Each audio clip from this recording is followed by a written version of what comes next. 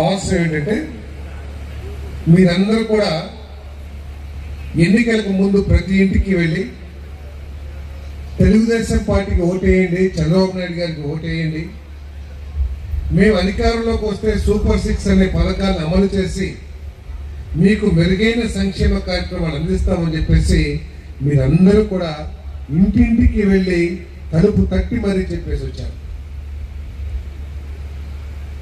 కారణం ఏదైనా కానీ, గత ప్రభుత్వం చేసిన విధ్వంసం కానీ, ఆ ప్రభుత్వం చేసిన అరాచక కార్యక్రమాలు కానివ్వండి, లేదు ప్రజల్ని వేధించుకున్న తీరు కానివ్వండి, లేదు పోలీస్ డిపార్ట్మెంట్ని వాడుకుని అన్యాయమైన కేసులు బనాయించడం కానివ్వండి, తెలుగుదేశం కార్యకర్తలు, కూటమి కార్యకర్తల మీద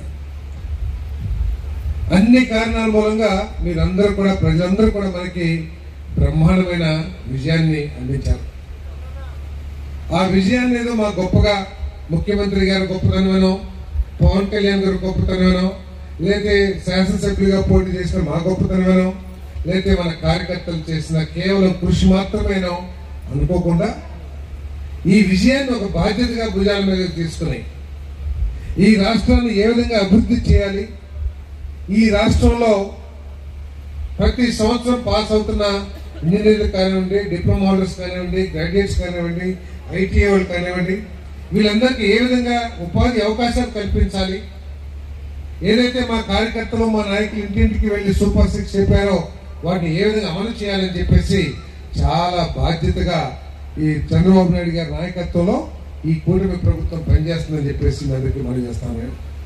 దాంట్లో భాగంగానే ఆ సూపర్ 6 లో భాగంగానే మరి స్త్రీ శక్తి ఉచిత బస్సు కార్యక్రమం ఏదైతే మనం ప్రారంభించామో, సూపర్ 6 పథకాలన్నింటిలో కంటే బ్రహ్మాండంగా ఏదైతే తల్లికి వందనం సక్సెస్ అయిందో, సూపర్ హిట్ అయిందో, అదేవిధంగా స్త్రీ శక్తి కూడా బ్రహ్మాండంగా మరి మహిళలందరూ కూడా వినియోగించుకుంటారని చెప్పేసి మనం చేస్తాను. ఈ పథకం యొక్క ఉద్దేశం ఏంటంటే మహిళలకు కూడా అన్ని రంగాల్లో పురుషులతో పాటు సమానంగా అవకాశాలు కలగాలనేది ఈ పథకం యొక్క ముఖ్య లక్ష్యం. మహిళలకి స్వేచ్ఛ ఇవ్వడం కానివ్వండి, సాధికారత కల్పించడం కానివ్వండి, అన్ని రంగాల్లో వారు కూడా సమానంగా పనిచేసే హక్కును కల్పించడం ఈ పథకం యొక్క ముఖ్య ఉద్దేశం అని చెప్పేసి మనం చేస్తాం. ఆడపిల్లలు లేదా ఒక చిన్న ఉద్యోగాలు, ఇక్కడ నుంచి ఏలూరు వెళ్ళి చిన్న ఉద్యోగం చేయాలి, బస్ ఛార్జీలు కానీ లేదా బస్సులు లేకపోతే ఆటోలు వెళ్తాం ద్వారా ఒక 5-6 వేలు ఖర్చు అయిపోతుంది. వచ్చేది జీతం 12,000 13,000. దానికోసం అక్కడ దాకా వెళ్తాం ఎందుకు లేని చెప్పేసి చాలా మంది మానేసేవాళ్ళు.